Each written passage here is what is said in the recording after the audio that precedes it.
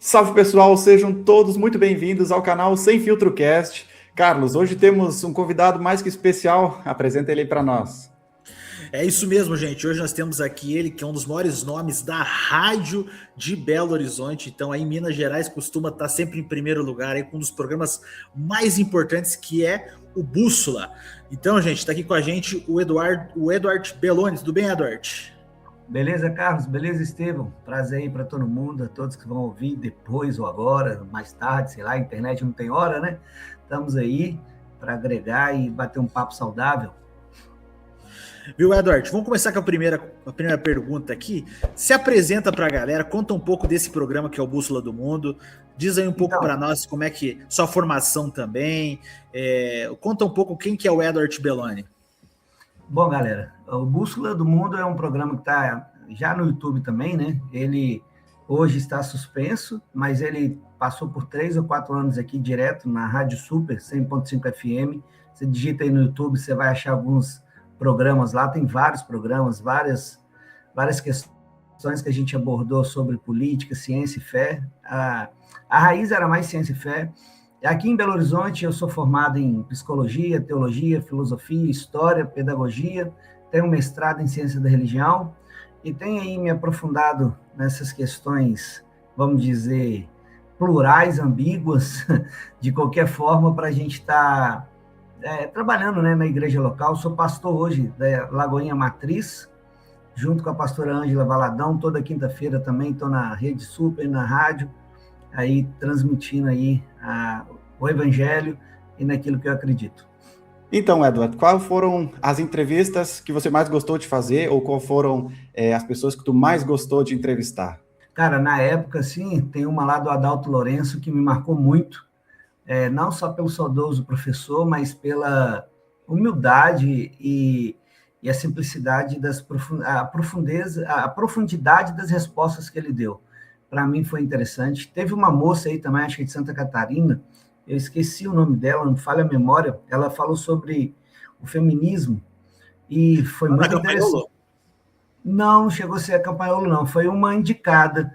E ela também tem essa veia muito forte aí contra o feminismo, e é uma menina jovem, parece que ela tinha 19 anos, mas que sabedoria, e que profundidade também de conhecimento, sabe? Ela falava, e fala até hoje, né, porque é o que ela se dedica a estudar, com muita causa e propriedade.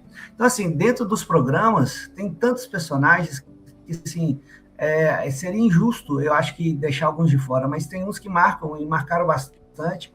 O próprio Marco Zeblin, o próprio Carlos também, falando a questão da instituição, ensino religioso e dentro de uma instituição, direitos. Então, assim, teve muita coisa, cara, que eu abordei que foi fora de um padrão, vamos dizer, convencional. Por exemplo, aqui em BH, foi um dos primeiros programas chamado Cristãos ou Gospels, aí, né, a nomenclatura que se achar conveniente, que eu abordei pedofilia, sobre questão de igreja, abordei violência doméstica de pastores. Então, acho que eu abordei essas linhas para esses fundos, né, de questões, que é onde as pessoas se identificaram. Tivemos bastante resultado, tivemos denúncia depois do programa, né, tivemos prisões que ocorreram depois dessa denúncia. Você pode contar para nós, interessante porque... Edward, você pode contar para nós sobre esses casos, essas denúncias, porque isso é uma coisa muito séria, né? Então, o que envolvia pastores cometendo abuso? Teve esse programa, né, sobre a pedofilia, que a gente convidou o delegado infantil, delegado infanto-adolescência aqui da cidade. É o que coordena em geral, né? Aí ele estava abordando, né, e fazendo as questões, prevenções, contando os casos, investigação, e dentro desses casos, depois que o programa acabou, saiu do ar, entraram em contato com ele e denunciaram, deu até no jornal, foi até um rapaz que foi preso, denunciado aqui de Ribeirão das Neves, cidade vizinha de Belo Horizonte, e em cima disso, então, assim, a rádio, ela tem esse poder, né, a comunicação, né? O YouTube hoje é uma TV, uma rádio também. Então, a informação foi chegando através das pessoas que precisavam dela, e tiveram acesso e foi. Então, assim, não chegou a ter escândalo, jornal, mas foi algo que a gente foi fazendo em termos de formiguinha, levando consciência para as pessoas. Por exemplo, uma coisa também que ficou bastante marcante nesse período foi quando a gente trabalhou muito a questão da doença mental, né? A gente desmistificou muito também, Carlos, uma coisa que no meio cristão, religioso, é dado, né, como uma verdade absoluta, e que a gente bateu pesado, levando gente qualificada, psiquiatra, psicólogos, onde a gente desmistificou que doença mental, por exemplo, a depressão não é demônio, depressão não é brecha, depressão não é falta de fé, depressão é uma patologia que precisa ser tratada. O psiquiatra, não é porque você vai para o psiquiatra que você é doido, bom, doido não, mas assim, a gente até brincou, mas são pessoas da área da saúde, por exemplo, o psiquiatra é o médico das emoções, então se a gente está doente, a gente trata, então a gente foi trazendo esses assuntos que ele é fora de um padrão que as pessoas não tinham costume, então a gente foi rompendo, e com isso essas pessoas, os convidados da rádio, iam direto para a TV, ganhavam outro nome, outras emissoras aqui pegavam os convidados, pegavam os programas com o nosso... a forma do programa e dava outro nome, mas fazia tipo quase o mesmo programa, copiava, e a gente nem ligava, porque a gente não estava preso com o ego, né, de quem está fazendo, a gente estava querendo disseminar informação, e as informações foram muito relevantes em muitos aspectos.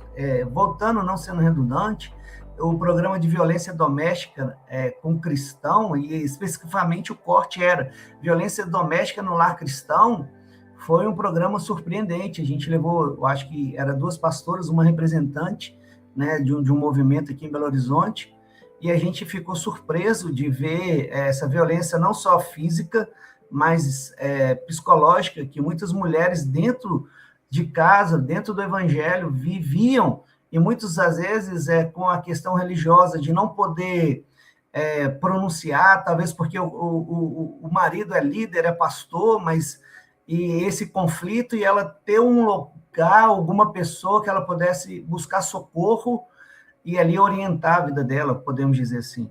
Então, assim, a gente, dentro desse período aí de rádio, a gente tem, Deus deu graça, né? Porque da gente criar, e eu que criava a pauta, eu que fazia, acontecia nesse sentido, e Deus me deu graça para isso mesmo, de sustentar com os meus amigos que estavam comigo na bancada, essas questões e levar coisas que, honestamente, eram um marco, né?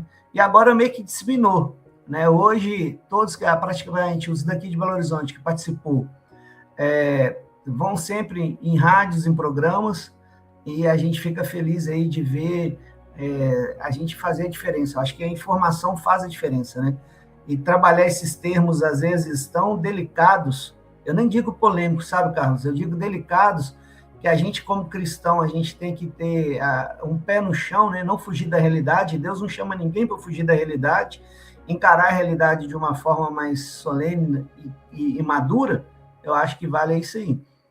Eu queria perguntar para você, Edward, bom, eu entendi que o seu programa, então, também tinha vários momentos onde é que vocês faziam essas denúncias, ajudavam a população em si, porque, querendo ou não, um programa não é só gerar entrevista, mas também ele precisa trazer aí algum tipo de benefício à sociedade, né?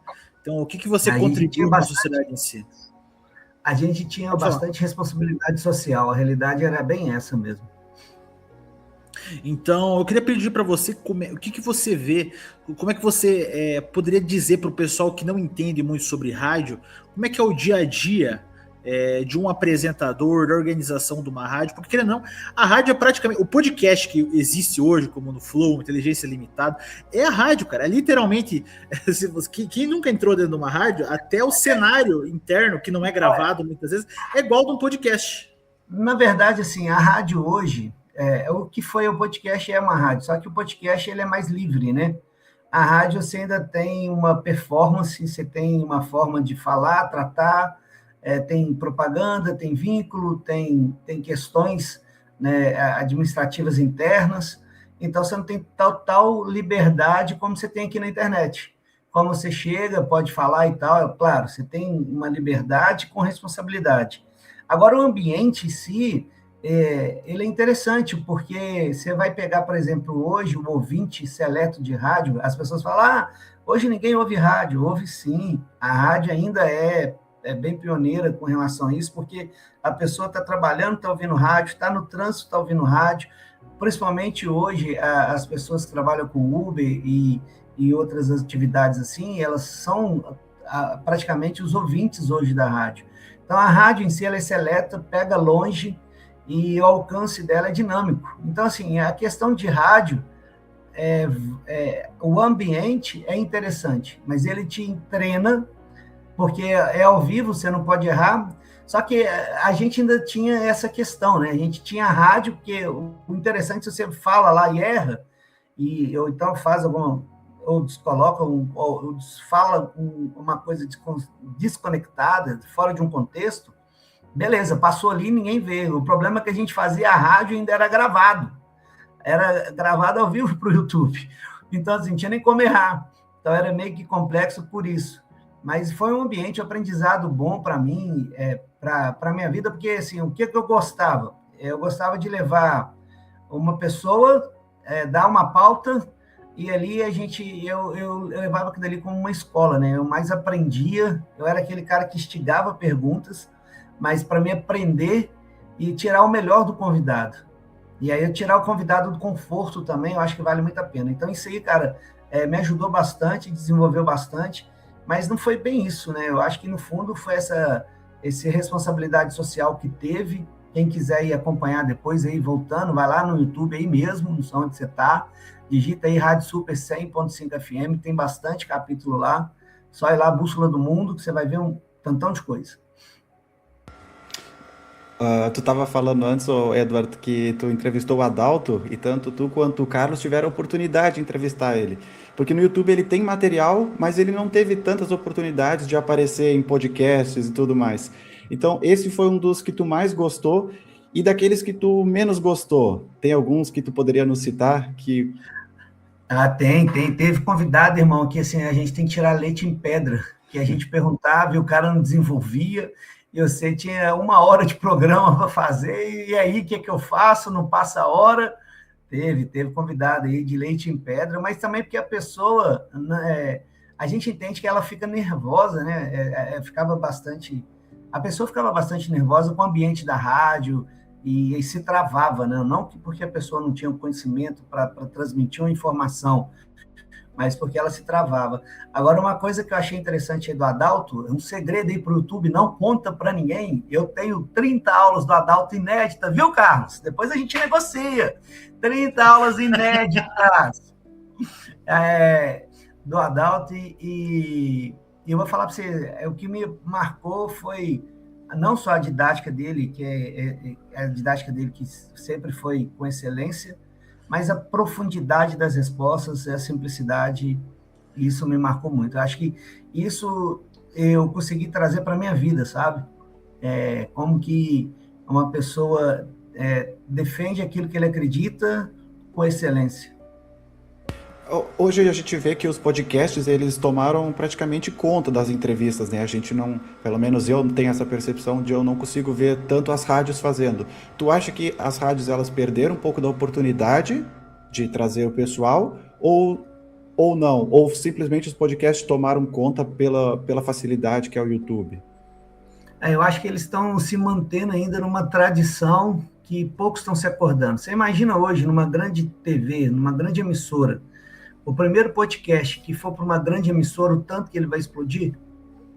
Porque o mecanismo hoje é que a gente tem informação, cara. Você tem informação na palma da sua mão, você assiste e ouve aquilo que te convém. Então, você escolhe, né? Você meio que vai ser seleto. E isso, as rádios e até as emissoras de TV, elas estão se perdendo pela tradição. Mas eu vou te dizer, algumas estão começando a se abrir para este público. Agora, o que vai contar vai ser a qualidade. Você vê grandes podcasts aí, como o Carlos citou, de não ter mais tanta qualidade de convidado. Às vezes vai ter convidado justamente para ter hype, para ter visualização polêmica. Mas é algo a se pensar nessa questão da comunicação, sabe? A comunicação, ela está se passando por uma transformação. Por exemplo, o que vocês estão fazendo dentro dessa proposta do seu próprio canal é algo inédito. É você chamar um convidado e ser livre para conversar. E ser livre para conversar, você tem pessoas que gostam de ouvir boas conversas. A diferença é que a gente não está aqui numa mesa com a Coca-Cola e o peixe comendo. Nós estamos aqui conversando. Apesar que o peixe comendo, você já viu o olho do Carlos, né? Até mudou, né? Não, mas isso, deixa eu só complementar isso que tu estava falando numa das últimas entrevistas que a gente fez, o pessoal convidado falou a mesma coisa, é muito difícil a gente chegar num lugar e a gente ter liberdade de poder falar o que a gente quiser. Isso eu acho de certa forma é ruim, porque se as mídias estão sempre direcionando para um lado, a gente nunca vai conseguir ter essa dualidade de realmente ouvir o que o outro quer expressar. Mas aí não é só a mídia, veja bem, o nosso mundo hoje, ele é muito complicado, porque é o seguinte, hoje a gente acha que tem liberdade e não tem liberdade. Na verdade, a gente tem uma censura velada. Pode falar o que você quiser? Não. Dependendo de quem fala, pode falar o que quiser. E aí, se a gente for entrar por um campo político, por exemplo, o Lula, ele disse que em Santa Catarina era a terra onde que tinha boiola, vamos dizer, ele usou esse pejorativo para falar da homossexualidade. Então, isso não dá muita repercussão na mídia, porque a mídia seleciona o que quer falar. Se eu falar como pastor ou como algo assim, amanhã sai na primeira manchete do jornal. O pastor disse isso de homossexual. Então, assim, a questão tem uma liberdade velada, mas tem uma liberdade censurada.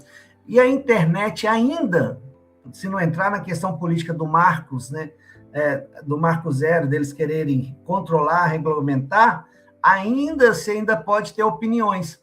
E não só a internet. Olha, na universidade é assim. Na universidade você não escreve o seu doutorado, o seu mestrado, sua dissertação da forma que você quer. Você submete ao que eles querem que você escreva. Você não tem liberdade para pensar. Na escola fundamental 1, 2, o aluno ele já é doutrinado a pensar, às vezes, como o professor quer que ele pense. Então, assim, essa questão de liberdade de pensar é meio que uma mentira. É uma mentira velada, vendida. Hoje, a internet ela consegue fazer esse papel de ter grandes pensadores que soltam pensamentos ou falam de coisas que a gente não está acostumado a ouvir. Porque, geralmente, cara, quando você não está acostumado a ouvir o contraponto, o outro ponto te choca. O outro ponto te tira da zona do conforto. E aí você começa a repensar alguns valores. Hoje, na internet, você consegue achar pessoas que fazem você repensar valores que é seu, que você pode abrir mão deles hoje. Mas a gente está caminhando para um futuro sombrio aí, não é questão nem de política do Brasil, mas eu estou falando de questão global, e aí eu te falo como analista, cientista da religião, que a gente não vai ter tanta opinião assim mais não, porque a opinião custa caro, e o que move o mundo é o dinheiro. Então, se você dá a opinião de levantar as pessoas ou de abrir o contraponto, querido, tem muito dinheiro envolvido e quem manda no dinheiro vai ficar incomodado. E a internet é esse produto. É um produto que se move por dinheiro. E amanhã, se o dono virar e falar assim, não quero mais, eu não quero mais. E já é assim. Os algoritmos, a forma que ele libera, a forma que as coisas visualizam, é em cima deste mover que as pessoas acham que tem liberdade. Acho que hoje, se você quiser ter liberdade, talvez que possa chegar na sua mão, a verdadeira revolução é o livro. O livro, ainda assim, é uma ferramenta de liberdade. Por exemplo, você vai pegar 1984, é o que a gente vive hoje. A Revolução dos Bichos, não importa qual porco vai estar na fazenda, o importante é que o porco que estiver lá vai mandar matar. Então, assim, o livro, ele atravessa gerações com a mensagem. Agora, o grande problema é que a nossa geração é de analfabeto funcional e as pessoas não estão dispostas a ler. Olha, só para acabar aqui, não ficar extenso, só para você ter uma ideia, essa é uma pesquisa recente que o brasileiro, ele lê uma página por ano. Você tem noção do que é isso? Enquanto na Europa você se vê 16 livros anuais, nos Estados Unidos abaixou, agora foi para 7, o brasileiro é uma página por ano. Então, o que você quer que este povo, ou nós, Ou como que você quer que a gente seja governado? Então, essas coisas são sutis, sabe? Não estou aqui levantando uma teoria da conspiração, mas hoje eu questiono essa tal da liberdade. A gente não tem liberdade, a gente tem uma falsa liberdade. E Edward, me diz uma coisa, você falou muito sobre o que o brasileiro médio consome, né? Por exemplo, não lê. A gente sabe que a leitura é uma coisa que o brasileiro não tem por essência. Mas me fala uma coisa, o que você me diz sobre... Você já foi radialista, já apresentou na televisão também, conhece muito do mercado gospel também, e fora do mercado gospel. O que você me fala sobre essa questão do conteúdo? Por exemplo, as músicas. Hoje você tem músicas extremamente da mais baixo calão possível. Filmes erotizados. Então, assim, o que você me diz? Você acha que isso é reflexo de um povo que só consome porcaria? Então, dentro do gospel, isso é reflexo de um povo que é idólatra. E a idolatria não é uma imagem, né? Como a gente, às vezes, tem esse paradoxo do evangélico atacar o catolicismo romano, a idolatria é sentimento. Então, é um povo idólatra que coloca o sentimento de não adorar a Deus pelo aquilo que ele é, mas pelo aquilo que ele possa dar, aquilo que ele possa fornecer. E como que eu te digo assim, como que esse mercado é? As músicas, elas já falam da pobreza que é o mundo gospel hoje. Porque se você analisar as músicas, e aí, sendo bem criterioso, se você pegar as músicas que são sutis, elas tiram a glória de Deus e levam para a glória do homem. São músicas hoje que muitas das vezes ela só vai falar do seu desejo, do seu poder, da sua busca e da sua conquista. Enquanto isso, Carlos, o evangelho está longe disso. Né? E, querendo ou não, tem uma fatia bem grande no mercado, que talvez é o que mais consome, é a música religiosa. Porque a música religiosa ela é atemporal. Ela vai pegar o cidadão debilitado, ela é uma mensagem. Só que hoje ela é uma mensagem comercial. Ela é uma mensagem tão comercial, que se você for pegar, por exemplo, as músicas que hoje estão nas paradas, tipo, respeitando até mesmo a questão de licença poética do cantor, mas fazendo uma análise crítica da letra, você vai ver assim, realiza meu sonho, eu vou profetizar, me restitui, eu quero de volta o que é meu, eu vou no terreno do inimigo, tipo, eu vou roubar o que ele me roubou, como se o cristão pudesse roubar, mas se você for fazer uma leitura da letra é essa. Aí você vai pegar todas as letras, elas motivam você a conquistar.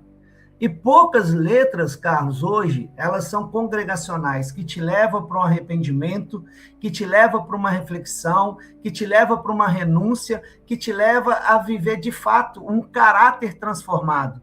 Porque o evangelho é um estilo de vida.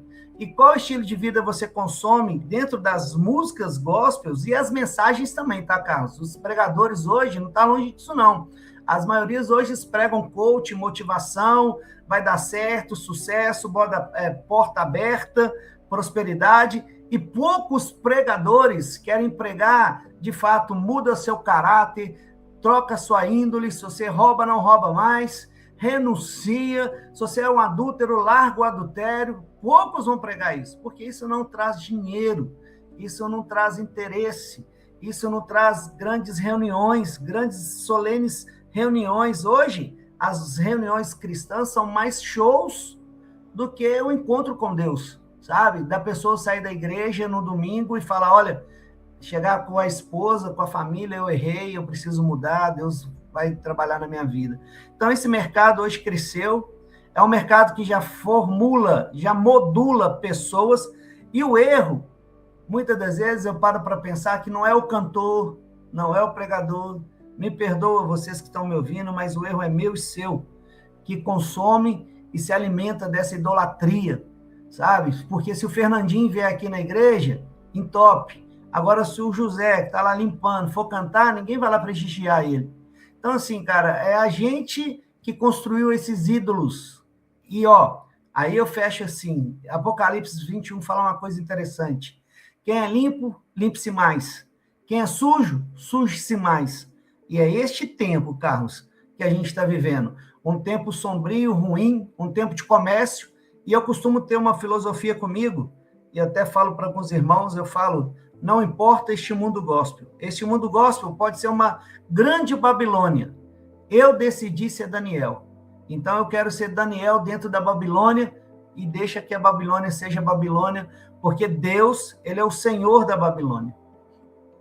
E tu falou também sobre essa questão do mercado gospel, tem construído muitas pessoas, tudo, e você vê até pessoas de fora, por exemplo, grupos que nem são cristãos, grupos que são políticos, grupos que são de canais do YouTube, eles estão comentando sobre o mundo gospel. Por exemplo, nos últimos anos, figuras como o apóstolo, que é o missionário Mirim, lá, fugiu o nome dele, a Vitória Souza, se destacaram muito na internet. Eles se destacaram muito na internet, cresceram muito, viralizaram, né, como é que é o The Power Demander, sei lá, eu nem sei pronunciar exatamente aquilo lá, mas a Vitória também, com aquelas analogias, né, por exemplo, essa garrafinha aqui, ó, ela tá vazia, você come essa garrafa, você tem que se encher, então tudo ela usava aqueles exemplos, né, então é interessante que viralizou muito na internet. O que você acha sobre personagens como a Vitória Souza, como o apóstolo Mirim, que cresceram tanto na internet, e ao mesmo tempo que algumas pessoas gostaram deles, né? Alguns até acharam muito legal, bacana, outros que até eram fora da igreja, por exemplo, estavam ridicularizando a igreja. Então, cara, é uma pergunta complexa, mas sem ofender, né, de uma forma mais polida. Eu vejo nesse povo, este levante, nessa mídia, a pobreza que é o povo evangélico. Me perdoa, a expressão para mim é essa. A pobreza que é o mercado gospel. A pobreza que é uma geração que é tão carente que pega gente, um menino de 14, 15 anos, para encher a igreja, para falar o que é o ego ouvir e falar que é profeta. Deus está me revelando que você está rindo de mim, tem um adultério, ele viralizou com isso. Eu já vi esse vídeo. Tem um adultério aqui, então não fala de mim. Então, assim, esses palhaços, né, que estão na corte que faz o povo divertir. Então virou, cara, infelizmente, uma verdadeira palhaçada dentro da corte. Só que isso só mostra a pobreza de um povo que está longe de entender a seriedade do que é Deus, o que é o evangelho. E é simples isso. Jesus, ele ensinou de uma maneira prática, Carlos. Olha as pessoas pelo fruto. Que fruto que essas pessoas têm produzido? Você pega a Vitória, por exemplo. Não a questão da metáfora, da analogia, mas a questão do conteúdo, né? E essas pessoas se alimentam disso, né? Se alimentam de filhinho, você é especial, querido, mais querido de Jesus. Então, assim, é um mercado que tem. Eu, às vezes, eu fico até meio deprimido, que eu falo, cara, por que eu não vou para uma linha dessa? É tão mais fácil, é tão mais conveniente, mas eu tenho algo em mim que não é de mim, que me freia de não ser assim. Porque, olha, conhecimento técnico, se eu pegar para estudar, eu vou e faço. Talvez eu faça até melhor.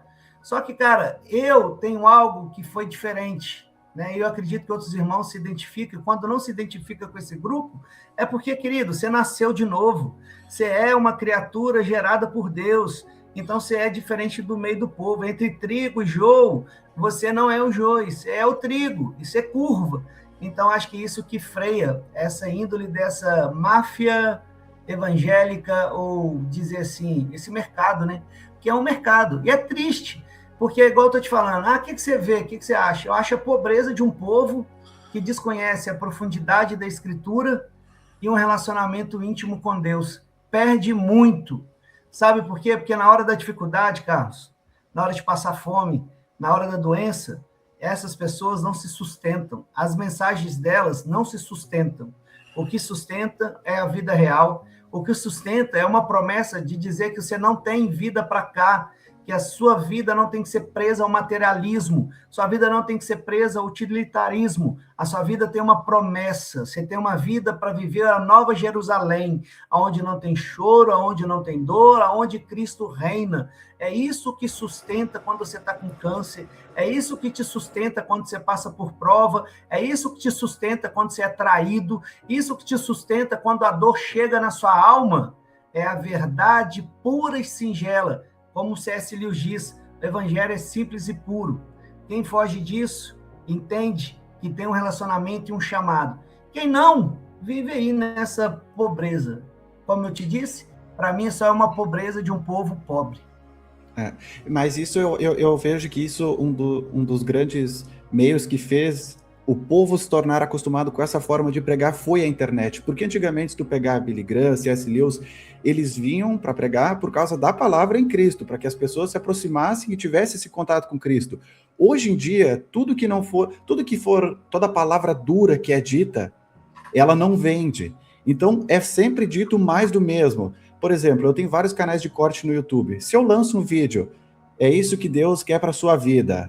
E aí as pessoas entram e vê que lá a mensagem é mais dura, elas saem fora. E o vídeo não cresce. Agora, se eu faço uma thumbnail com o título Deus quer que você seja milionário, o vídeo bomba. Porque as pessoas elas estão sempre em busca desse fator de dinheiro, de crescer e de ter prosperidade. E para quem cria esse tipo de conteúdo, também continua criando mais do mesmo, porque é isso que vende, é isso que cresce. Então tu não vê mais eles pregando de uma forma que leve as pessoas para o carinho de Deus, para que elas conheçam e tenham esse contato com Deus. É mais para que elas cresçam, tenham bens materiais ou cresçam na vida, mas a gente acaba tendo cada vez mais esse distanciamento do que seria de verdade o amor que a gente teria que ter de Deus. Mas é que está um grande problema, porque isso nem é tanto internet, é uma cultura de 1990, o Bauman, que fala do mundo líquido, vai dizer que esse fenômeno, ele acontece porque as pessoas querem consumir coisa rápida, até ilegal. Mas essa questão da teologia da prosperidade, que é enraizada no solo americano, veio do solo americano e é enraizada aqui no Brasil, é o que toma conta. A teologia da retribuição, né? Eu busco Deus para me dar. Então, assim, as pessoas elas não se despertam em parar de mendigar, ser mendigo de igreja, mendigo de Deus, de querer buscar somente a mão, sendo que você tem a face dele. E o que sustenta o cristão é a presença. A presença é o principal fruto daquilo que o cristão tem que buscar. Só que isso aí, cara, já viralizou e não vai mudar. Agora você tem que tomar uma posição na vida. Você quer ser como um cardume, seguir a linha do peixe e ser normal e seguir a manada, você vai seguir. Ou então você vai remar contra a maré. E tem um fenômeno acontecendo que pregadores como Nicodemos, Hernando Dias Lopes, Zé Bruno, esses pregadores que estão mais sólidos na exposição bíblica, Luiz Saião, o próprio Tasso Licurgo que está aí hoje na mídia, esses caras que estão lutando contra a maré, eles têm se destacado e têm ganhado um público.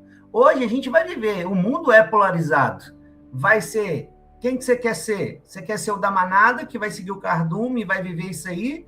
Ou você vai ser aquele cara que vai lutar contra e vai remar contra? Pega na Assembleia de Deus. Você vai pegar lá, tem os pregadores lá, avivalistas, né? Até toquei o coração do Carlos agora. Calma, Carlos. Mas tem os pregadores que vão para a área de estudo e que estão se destacando. E aí, assim, tem público hoje e as pessoas estão clamando por uma coisa mais coerente, uma coisa mais madura, uma coisa mais sólida. Sabe por quê, irmão? Porque, querendo ou não, a gente, depois da pandemia, a maioria sofreu um surto psicótico enorme. As pessoas viram a realidade da vida o que é. E os que despertaram para a realidade da vida não querem comer mais mingau. Eles querem alimento sólido. E tem uma geração se levantando para dar alimento sólido para essas pessoas. E o alimento sólido é esse, irmão. Irmão, se a Bíblia não te ferir, ela não é Bíblia. Você morreu, você é um defunto na igreja. Você que está precisando ressuscitar. A Bíblia tem que te ferir, a Bíblia tem que te machucar, porque ela te machucando e te ferindo, ela conserta. Quem feriu, que cura. Quem feriu, que restaura. E quem feriu é que fala ao seu coração. Aí já deu um corte para você, tá vendo? A Bíblia tem que te ferir. Ela tem que te machucar. Porque o que acontece? Se você ficar só nisso, naquilo, aí você vai ver a solidez, solido, né? Assim, como que o Bauman, ele é assertivo nisso, né? Essa modernidade consumista que não quer mais tempo. E isso vai envolver o seu caráter. Seu casamento não é duradouro porque você quer trocar, sua profissão não é duradoura porque você quer trocar, não persevera. O que vai fazer diferença, Estevão, daqui para frente com relação a isso que você falou, é pessoas que têm um propósito e perseveram. Não importa o número. Persevera naquilo que acredita. E pessoas que são levadas aí ao véu, ao laus, né? Ao vento aí, e é levada a qualquer folha. Eu digo aqui para o pessoal, né? E isso é em todas as áreas. Se eu fosse entrar aqui na área da psicologia, que eu pego pesado, tipo a psicanálise. Psicanálise não é ciência, mas só é a ciência aqui no Brasil, porque convém um grupo LGBT que gostou do movimento, pegou toda a estrutura do Conselho Regional de Psicologia, ou Conselho Estadual Federal, colocaram lá como ciência, mas não tem comprovação científica. E o cristão que fala que é psicanalista, o pastor que está na moda hoje, eu sou pastor psicanalista, ele não entende de Bíblia e ele não entende de ciência, porque não é ciência. Aí o que você vai fazer? Peraí, se eu sou um psicólogo formado, eu vou para quê? Eu vou tratar ciência como ciência. E dentro da psicologia só tem uma ciência, chama TCC. O resto é subjetivo. E a psicanálise não é ciência, e as pessoas hoje vendem como ciência, curso como ciência, se colocam como ciência, por quê? Porque o vernáculo da psicanálise é legal. Por exemplo, você é cristão, e eu te pergunto, como é que você é cristão e é psicanalista? Se o método da psicanálise é associação livre, e a associação livre é falando assim, a culpa sempre é do outro, nunca sua. Se você é cristão, a Bíblia, em primeiro lugar, fala para você assumir a sua culpa.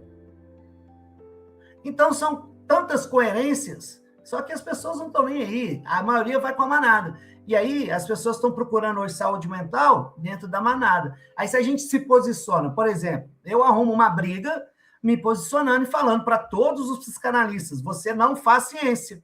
Isso é se posicionar. Ah, eu vou agradar todo mundo? Não vou agradar todo mundo. Mas a realidade é, você que está no psicólogo, que se diz psicanalista, corre disso. Porque o cara está levando seu dinheiro e te enganando. Porque não tem efeito, é a longo prazo, é subjetivo. Então, e outro, mas Edward, interpretando sonho, você paga a sessão para os outros falar do seu sonho? Entende? Me diz uma coisa, Edward. Então, você está dizendo que você está me dizendo então que a psicanálise ela não funciona como é vendida? Não, e hoje já é vendida no senso comum. Por quê? Porque já tem um grupo que tomou posse dessa ferramenta e vende essa ferramenta como verdade. Eu não estou só te dizendo, eu te afirmo cientificamente, como cientista. E como é que funciona essa questão do Freud falar sobre os sonhos, que ele tinha o livro dos sonhos, né? Como é que funciona essa questão da revelação de sonhos a partir do que o Freud coloca? Tu pode explicar para nós? Então, dentro dessas questões do Freud, onde ele coloca é subjetivo demais a interpretação de sonho, né? Porque ele usa os sonhos como ferramenta do inconsciente preso, reprimido.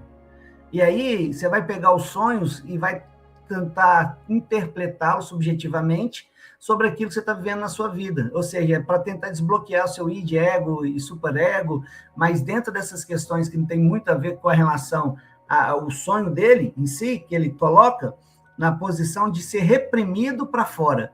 Ou seja, às vezes você está sonhando o que é reprimido, que você queria que vivesse. E aí, depois disso, você começa a fazer uma análise. Assim, leva a mal, é meio que uma piração, na realidade. Só que hoje, Carlos, tem uma vertente, e no Brasil, só no Brasil, faz uma pesquisa aí, você que está me ouvindo, vai no Google, vê se na Europa hoje a psicanálise é aceita, vê se nos Estados Unidos hoje a psicanálise é aceita. Vai aí, faz um Google aí, ó, a internet está aí para você utilizar, você vai ver que não é aceita nas melhores escolas do mundo, só é aceita no Brasil. Mas por quê? Porque ganhou uma vertente política. Eles pegaram uma metodologia e colocaram uma política nela. E aí, porque tem uma política, as pessoas fazem dela algo de ferramenta. Olha só, para você ter ideia, não tem nem conselho regulador, tá bom? Só para começar, o psicanalista ele pode atuar, mas sem um conselho regulador, oficial. Eles têm um conjunto deles, a associação deles. Olha só que interessante. Então, veja bem, Carlos, eu vou te dar um exemplo aqui, uma ilustração. Eu tenho apenas 2º grau e trabalho na construção civil. Nada contra todo trabalho, mas eu vou trabalhar com a sua mente, com a sua saúde mental. Eu vou lá e faço um curso, uma pós de 1 ano, eu faço um curso livre de 1 ano e meio e ganho um diploma. Eu vou te atender. Você seria essa pessoa que vai estar no consultório comigo? Porque hoje, qualquer um pode ser. Qualquer um pode ser. Aí, qual que é o perigo disso? Veja bem, é um médico, vou te dar uma outra ilustração. Um médico, um neurocirurgião, que entende de cérebro, que vai ali operar o cérebro. Mas ele estudou educação física. Ele é só formado em educação física e ele só fez uma pós em neurocirurgia. Você vai deixar o rapaz te fazer cirurgia em você? Você vai deixar esse rapaz fazer cirurgia para você? É complicado, né? É o psicanalista hoje, só que as pessoas não querem aprofundar e se posicionar no Brasil custa caro. Né? Assim, se posicionar porque a gente tem que falar a verdade. Porque eu não estou aqui querendo defamar ou quem gosta ou deixou de fazer. Me entenda. Eu estou aqui fazendo um alerta para que você não entregue a sua mente, a sua saúde mental na mão de pessoas que não têm qualificação. Ou seja, não tem não tem órgão regulador, Carlos. O órgão regulador é a associação deles. Não é regulado pelo Conselho Regional de Psicologia. Não é regulado. É só você fazer o curso livre e abrir o consultório e atender. Que qualidade que você vai ter se você é um professor de educação física para fazer cirurgia no cérebro? Sabe, gente, saúde mental, Carlos, é muito sério. Saúde mental não é brinquedo. Terapia não é uma pessoa que vai parar para te ouvir. Tem técnica, tem ciência, tem preparo. Cara, só para continuar falando sobre a psicologia, tu acha que é possível haver uma melhora de verdade sem poder usar o cristianismo junto com a psicologia? Só ela, sem falar de Deus. Tu acha que a pessoa ela consegue realmente se curar, muitas vezes, desse vazio existencial que elas têm? Então, aí é a grande polêmica do psicólogo cristão, né? Aí já é uma outra questão, assim, bem pesada. Porque na faculdade, você passa 5 anos deles falar uma mentira para você. Eles falam que a psicologia tem que ser neutra. Aí você entra no site, você vai ver todos, eles, elos. Você não vê psicologia neutra nisso aí. E se identificam como psicólogos. Você vai em algumas páginas de alguns psicólogos, até mesmo famosos, que fala que é da Wicca, se identifica como com misticismo, com outras questões. Aí eles se vendem sempre isso. Aí quando chega na parte do cristão, não, psicologia e cristianismo não combinam. Não pode, psicologia é neutra. Cara, você é bem redundante e vou te falar uma realidade. Não existe ninguém neutro. Todo mundo carrega a sua cosmovisão. Então, se o cara é cristão e psicólogo, a cosmovisão do cristianismo vai estar na psicologia dele. E essa mentira que eles vendem, falando de neutralidade, é só para quem convém ou um discurso ideológico político convém. A realidade é essa. Então, assim, não existe isso. Honestamente, na prática, não funciona. E eu fico muito triste, às vezes, de ver alguns irmãos psicólogos cristãos tentando vender esse discurso. Não, no consultório eu sou psicólogo. Fechou a porta, eu sou cristão. Não existe isso, irmão. Você não faz uma coisa bem feita e não se entrega verdadeiramente aquilo que você é. Porque a sua cosmovisão está embutida nisso, a sua visão de mundo, sua cosmogonia, tudo está embutido. Não tem como, Estevam, ter essa neutralidade. Então, assim, você pode fazer ciência, só que dentro da ciência, você não consegue ser neutro. Não tem visão neutra. Por que eu te perguntei? Porque a minha mãe, ela é psicóloga. E nós, como cristãos, a gente sabe que as pessoas elas podem melhorar realmente, só com a psicologia, sem usar o cristianismo. Mas a gente sabe que, no final, para quem é cristão, a melhora, ela sempre vem através de Deus, com esse contato. Então, por isso que eu te pergunto, porque muitas vezes as pessoas, o que elas estão precisando, no fundo, não é só melhorar propriamente, mas sim a alma, o espírito que vem sofrendo, muitas vezes. E aí eu te respondo uma coisa que você já sabe aí na prática, depois você me confirma. Por questão de conselho e perseguição, a sua mãe diretamente, ela não traz atributos do cristianismo dentro da psicologia, mas ela traz princípios do cristianismo dentro da psicologia sem falar que é cristã. Exato. Que são os valores. Exatamente. E esses valores é que mudam. Ou seja, eu posso ser cristão dentro dos meus valores, levar para a psicologia sem identificar. Mas na hora que a pessoa for estudar, a etimologia, a epistemologia dessa questão da palavra em si, ela vai ver que está lá embutido valores cristãos. Porque é isso, se você parar para pensar, a realidade é essa. Agora, o que falta no Brasil hoje, e nunca vai chegar, eu acho que vai demorar bastante, é bom aconselhamento bíblico maduro e bom aconselhamento bíblico com a psicologia, que tem nos Estados Unidos, né? Os Estados Unidos não tem essa separação, né? Tem psicólogos lá, conselheiros bíblicos, e eu acho que a psicologia, nessa mistura religiosa, vale muito a pena. E aí eu vou me resguardar aqui, queridos, não é mistura religiosa, é espiritualidade, viu? Só mudar a semântica, mas o resultado é o mesmo. Mas tu acha que pode ter uma mudança ainda para o futuro, ou tu acha que vai ser muito difícil? Durante uns 20 anos, não, porque tudo hoje é aparelhado, Estevão. O conselho, tudo é aparelhado, tudo é ideológico. Não tem... se você vai pegar as pautas aí nas páginas, você vai ver que só pauta progressista. Só tem isso lá. Não tem mais nada do que isso. Você não vê neutralidade, você não vê uma discussão sadia sobre a espiritualidade. Eu nem vou trazer religião, vou trazer o que a academia gosta. Você não vê uma discussão sadia entre a psicologia e a espiritualidade. Quando você chega com essa pauta, parece que ela é jogada no lixo. Tanto é que só tem um programa, que é da Universidade Juiz de Fora, que está trabalhando espiritualidade e psicologia, no âmbito de mestrado e doutorado, em todo o Brasil. Então, o nível que é. Eu queria só fazer um comentário também e depois terminar com uma pergunta para ti. Eu tenho percebido, sabe, de um tempo para cá, que o povo, não só o povo cristão, mas às vezes as pessoas em si, elas se aproximam de Deus porque elas querem alguma coisa. Elas buscam a Deus pelo que ele tem, não pelo que ele é. E isso é uma coisa muito, assim, talvez isso explica tanto o aumento de tantas igrejas e tantos grupos, porque as pessoas estão procurando o que Deus tem, porque Deus oferece muitas coisas boas, porque elas não entenderam que o evangelho é renúncia. Elas acham que Deus é só como se fosse um grande Papai Noel, que vai entregar presentes e coisas boas para todo mundo. Só que quando você vai ler a Bíblia, por exemplo, no livro de Êxodo, você percebe, por exemplo, um momento ali onde é que Moisés está com o povo indo pelo deserto. Deus, ele fica indignado com o jeito que o povo só reclamava, né? Mesmo sendo liberto da escravidão, o povo só reclamando. Saudade do alho do Egito. Então, assim, para mim, talvez um dos textos que mais mexem comigo, assim, e eu digo isso porque, de fato, toda vez que eu leio isso mexe muito comigo, que é o que aconteceu naquele momento, né? Onde Deus ele se revolta com aquele povo e ele decide não ir mais junto, porque Deus prometeu para aquele povo a terra prometida.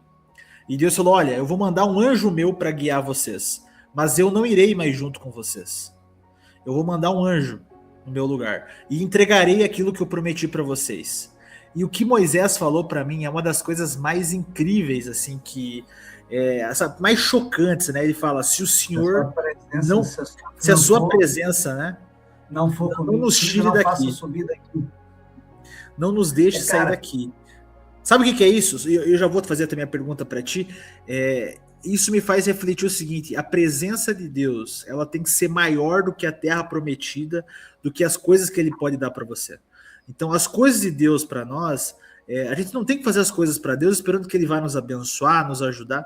Não, totalmente ao contrário. A presença dele vale mais do que qualquer coisa. E é o ensinamento que Moisés dá nessa frase.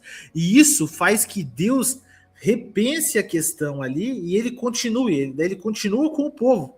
Coisa que ele ia mandar o anjo seguir, não. Ele faz Deus continuar com o projeto original, com esse coração puro que ele apresenta de temor à palavra de Deus. E a minha pergunta para você, para você também entrar nessa questão, você vê hoje um mercado gospel onde é que os caras cobram para fazer uma ministração 10, 20 mil reais, cara. Isso um pregador, um cantor tá cobrando 100 mil reais, cara, para louvar um louvor ao Senhor.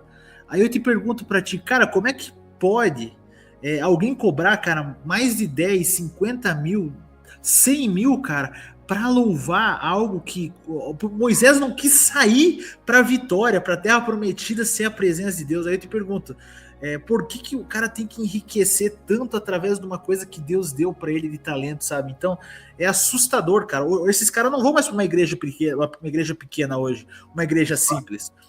Só vão para megas igrejas. Escolhe a agenda, né? Cara, isso que você está falando é aquilo que a gente está voltando, né? Essa questão do mercado, né? Infelizmente tem público para isso. E nessa passagem, ali o povo no 32, parece que ele quebra aliança, né? Cria um bezerro de ouro com seus próprios ouros e bens. No 33, Deus fala isso, e mais do que chocante, Moisés ainda ele vai além, né? Ele fala, Deus, não é só a sua presença, deixa eu ver sua face. Aí Deus fala, deixa eu passar sobre a rocha, você vai ver minha face, porque homem nenhum poderia ver minha face. Mas o que está por trás disso, o Carlos, e o que move o coração, eu chamo isso de idolatria, sentimento. Esse sentimento maior, quem é o seu Senhor? Quem é que te governa? O que você está buscando em Deus? Sabe? O grande problema é que as pessoas hoje não têm mais experiências.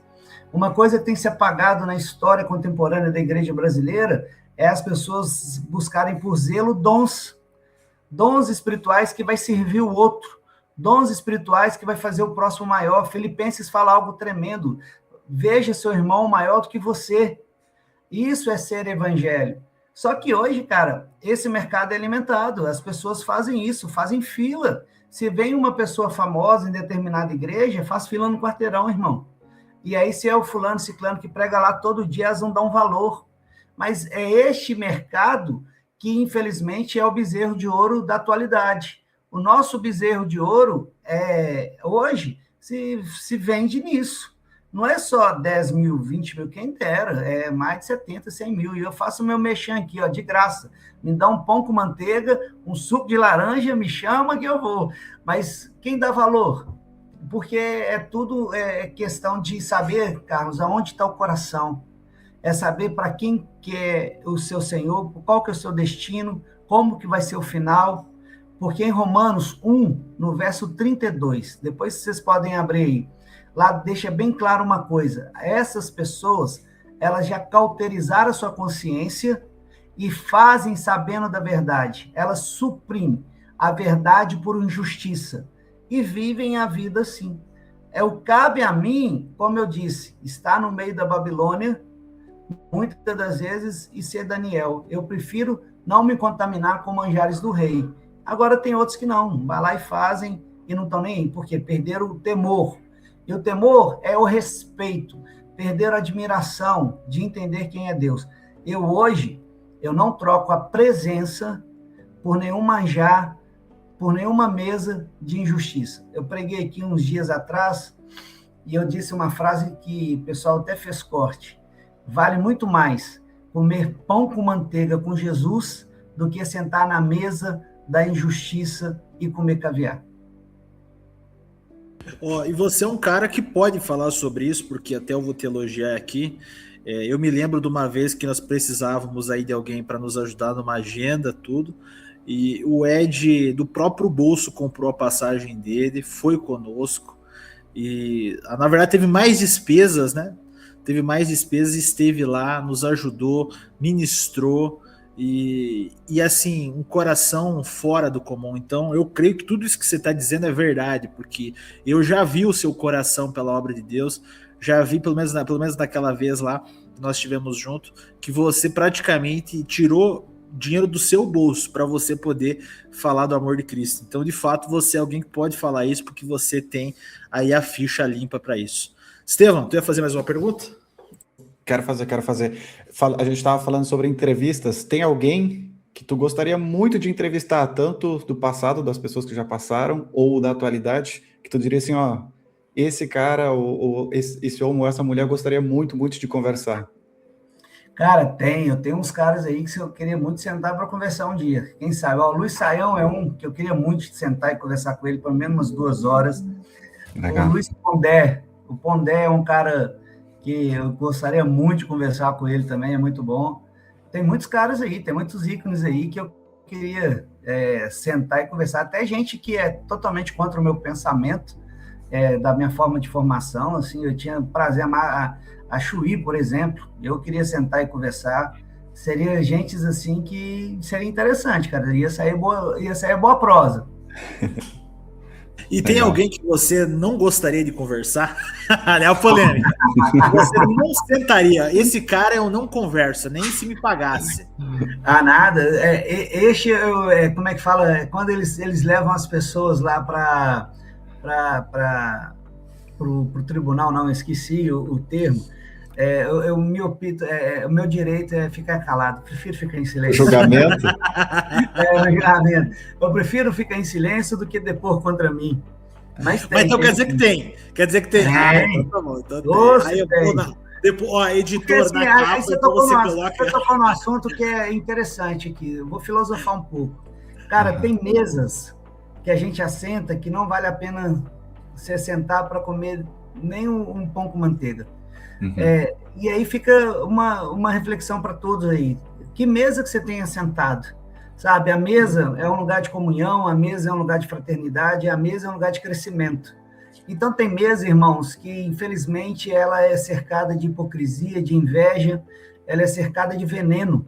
E às vezes a pessoa está te dando um chá, você acha que está fazendo o seu bem, no fundo ela está te dando veneno.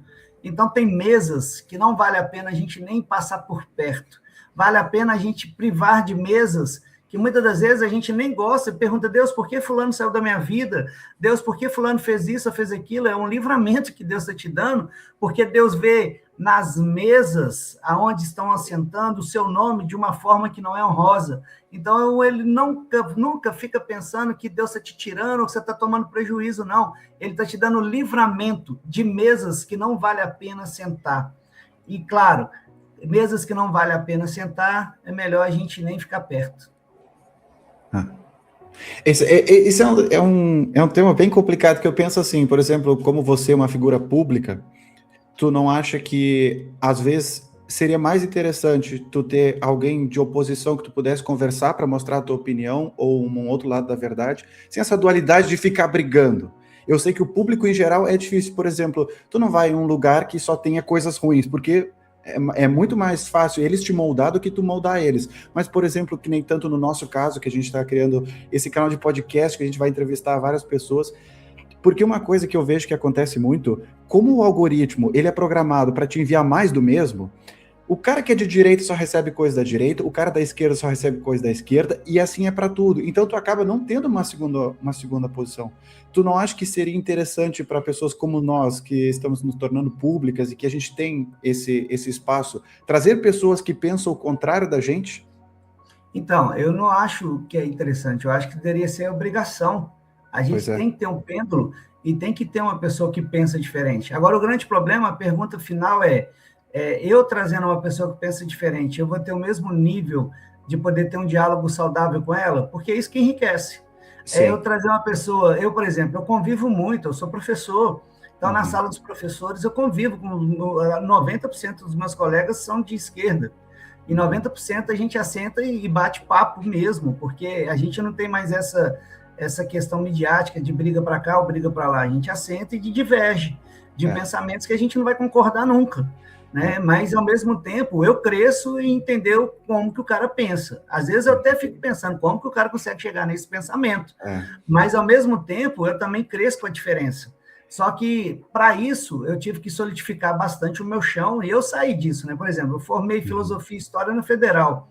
Então, eu era para ser, e o que incomoda eles, muitas das vezes, é porque eu não sou um deles. Se eu vi da mesma escola que eles vieram, só que eu bebi de outras fontes. Né? De vez eu ficar no bar lá conversando fiado, eu ia para a biblioteca estudar. Então, essa fonte faz diferença. Só que isso é o que vocês têm que preservar daqui para frente no Sem Filtro. É buscar, sim, e ter o preparo de ouvir, e ouvir aquilo que você não está acostumado, para te tirar do conforto. É legal. Só que eu acho que a sociedade hoje não está preparada, as pessoas não querem ouvir aquilo que incomoda. Dentro da igreja é assim, a gente não pode pregar o evangelho genuíno, que a maioria sai correndo. E eu vejo que o que acontece, as pessoas elas não querem só dar a opinião delas, elas querem te convencer que a opinião delas é a pura verdade. É aquela briga pela razão, né, da verdade. Só que, como eu digo assim, a verdade, Estevão, ela por si só não precisa de defensor. A verdade por si só, ela prevalece, ela é absoluta. E olha o que eu falei, verdade é absoluta. Não existe verdade relativa, não existe a sua verdade e a minha verdade. Existe uma verdade e ela é absoluta. E ela por si só se defende. Só que o grande problema é que, aí você pode até ver aí com o Carlos, que é o que o TDI sofre. O TDI mostra evidência científica, mostra a verdade, e as pessoas mesmo assim querem negar. Preferem acreditar que veio do macaco do que ser uma criação divina, um design inteligente. Você acha que tem esse negócio no mundo gospel também de puxar o tapete um do outro? Quero você bem, só não melhor que eu. Tem esse negócio também ou não? Então, cara, vamos tirar o mundo gospel e vamos tratar como ser humano. Em toda a esfera do ser humano existe Babel, existe divisão.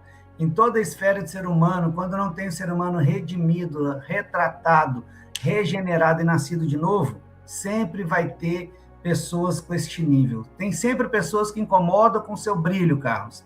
Tem sempre pessoas que vão incomodar do seu jeito. Talvez você não fez nada, só de você existir incomoda, mas é porque é ser humano. Ser humano é essa linhagem da queda, que não muda, né? É essa questão que Paulo chama de carne, no grego é sax, que é o índole, que é o estilo, que é a índole, que precisa ser dominada pelo espírito. E o que acontece? As pessoas não dominam, não se rendem, não se entregam. Então, não vou dizer no mundo gospel que não deveria ter, porque no mundo gospel a lógica de Deus é diferente. A lógica de Deus você quer ser o maior? Seja o menor. Você quer servir? Você vai se destacar. Seja escravo do seu irmão. Olhe para o seu irmão como se ele fosse maior do que você. Então, os nossos princípios é diferente. Quem não segue esse princípio, e aí é ser humano, infelizmente, tem em qualquer esfera, gospel, não gospel, e aí, falou que é ser humano, tem isso. Bom, queria agradecer você, Edward, por estar aqui com a gente, por ter aceitado nos dar essa entrevista, você que é um radialista que tem se destacado muito no seu estado, tem se tornado uma referência também na teologia, vindo aí de Minas Gerais, né? Então, eu queria agradecer você por estar aqui conosco, tirar esse tempinho, e queria deixar esse tempo para você dar suas considerações finais. Isso aí, gente. Eu que agradeço. Obrigado aí pelo bate-papo. É sempre uma ideia, sempre uma verdade, né? Como eu disse nesse bate-papo longo, lute pela sua verdade, lute por aquilo que você acredite, estude, dedique, seja o melhor. E as considerações finais aí, agradecer a minha esposa, as pessoas aqui que me apoiem, e agradecer aí a oportunidade e até a próxima. Então, pessoal, para quem gostou do vídeo, não se esqueça de deixar o like, se inscrever no canal, se inscreva no canal do Edward também, a gente está deixando o link aqui na descrição, e obrigado por assistir. É mais fácil me chamar no Instagram, porque o YouTube eu não mexo com ele não, mas lá no Instagram eu tô lá. Pessoal, então o link do Instagram tá aqui embaixo, sigam lá. É isso aí, Edward Belloni, chama lá no Instagram. Pessoal, não se esqueça de deixar um like no vídeo, se inscrever aqui no canal e compartilhar para o máximo de pessoas. Até o próximo Sem Filtro Cast.